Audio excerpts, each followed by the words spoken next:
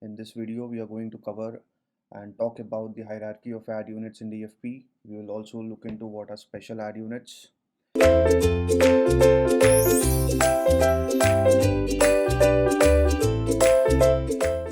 What is run-off network line item and what exactly are ad unit frequency caps. So let's get started with the hierarchy of ad units in DFP. Now the hierarchy of ad units in DFP means it's just another way of expanding your targeting capabilities. You can design your hierarchy of ad units in any way. Let's suppose that you have a website and this website consists of multiple pages. So you create an ad unit as the parent ad unit or the top level ad unit as ad unit 1 and deploy it in your home page. And similarly, you can deploy the ad unit 2, ad unit 3 or ad unit 4, which are the child ad units of the ad unit 1 in the different sections of the website. So it is up to your inventory manager to design and segment the ad units as per the theme of the website. Now, so that the things can become simpler in the long run. Now let's get started and understand how the hierarchy of ad units in DFP is, what is the limit of the hierarchy of ad units in DFP.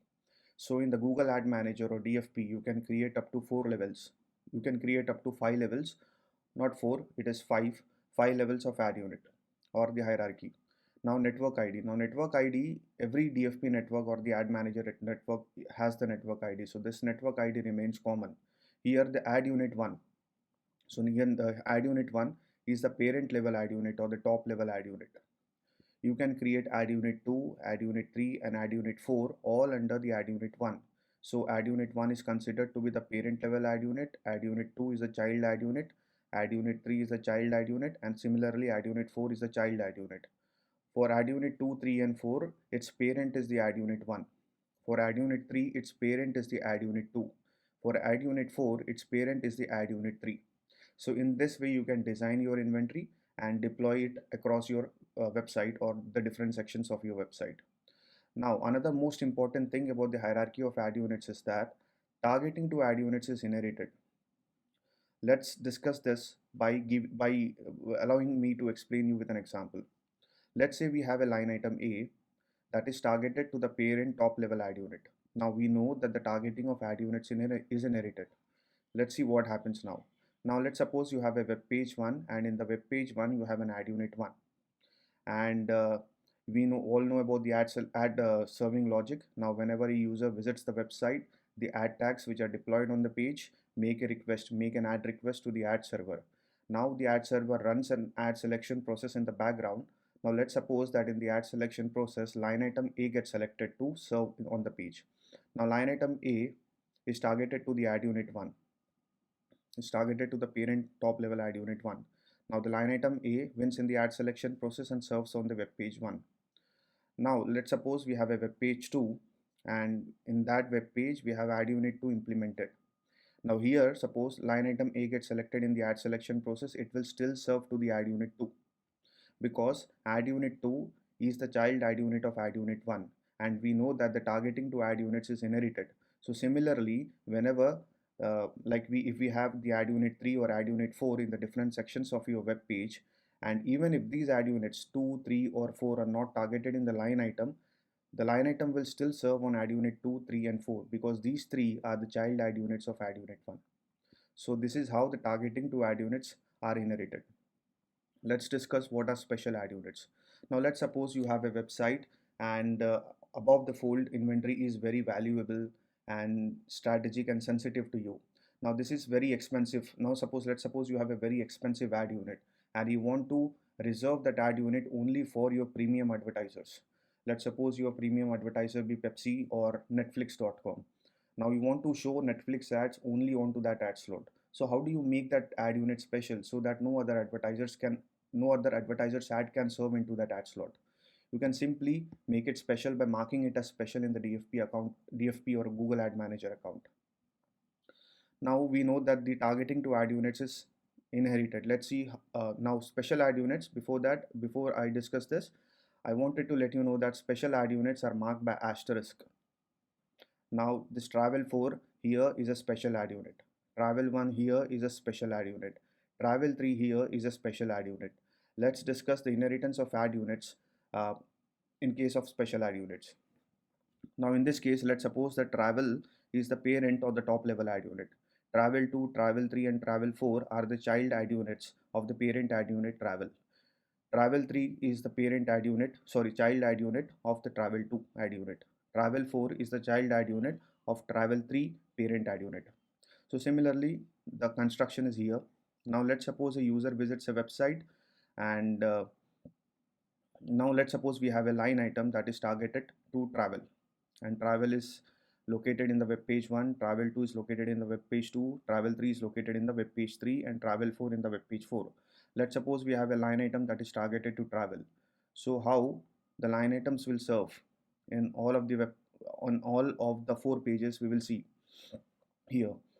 Now the line item A will serve to travel because the travel is targeted in the line item. Line item A will serve to travel 2 because travel 2 is the child add unit of the parent add unit travel.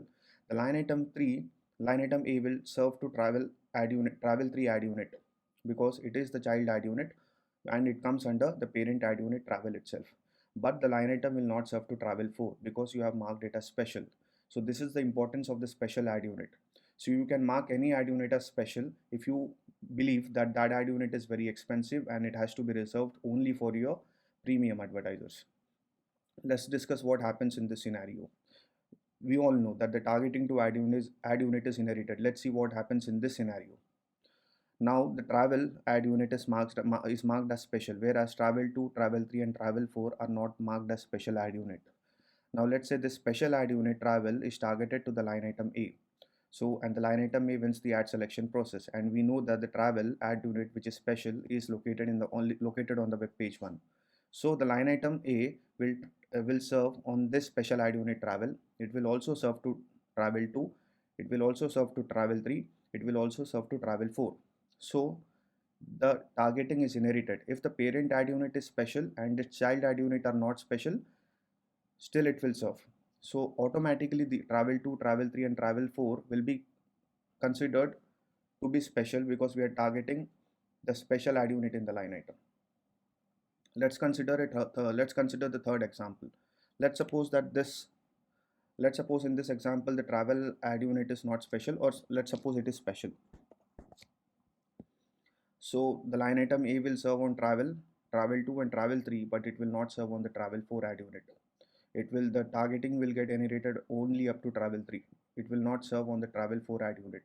So this is a special case, and you should avoid doing this kind of targeting in your web pages. You can do this type of targeting. Now this type of targeting usually makes confusion, so we usually avoid doing this type of implementation on the web pages. Let's understand what are run-off network line items.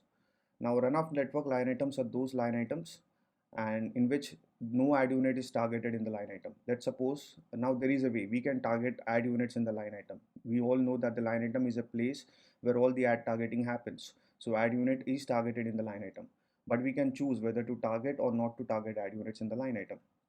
When we choose not to target any add units in the line item, it becomes run-off network line items. It means that these kind of line items can serve across any of the add units which are implemented on the web pages except special add unit. If you want any line item to serve on the special add unit, that special add unit has to be explicitly targeted in the line item.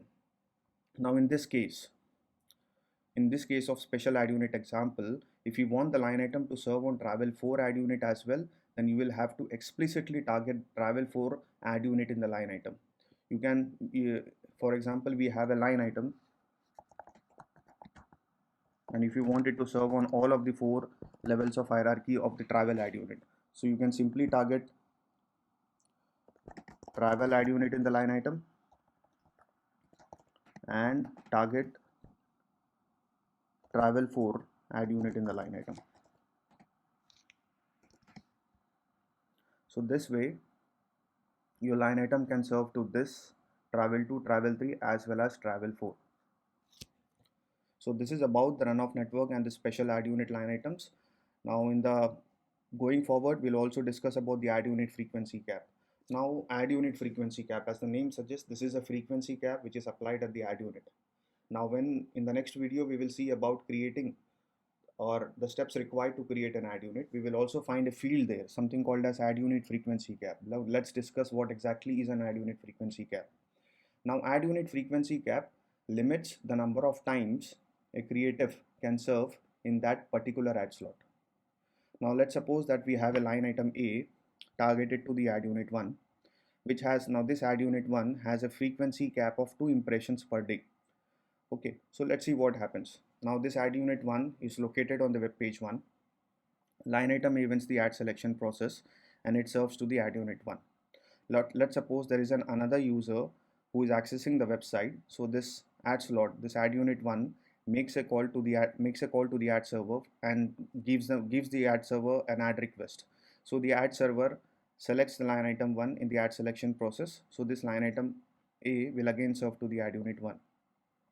Let's suppose we have a third user and he's accessing a website, and in the ad selection process, uh, line item A will not get selected.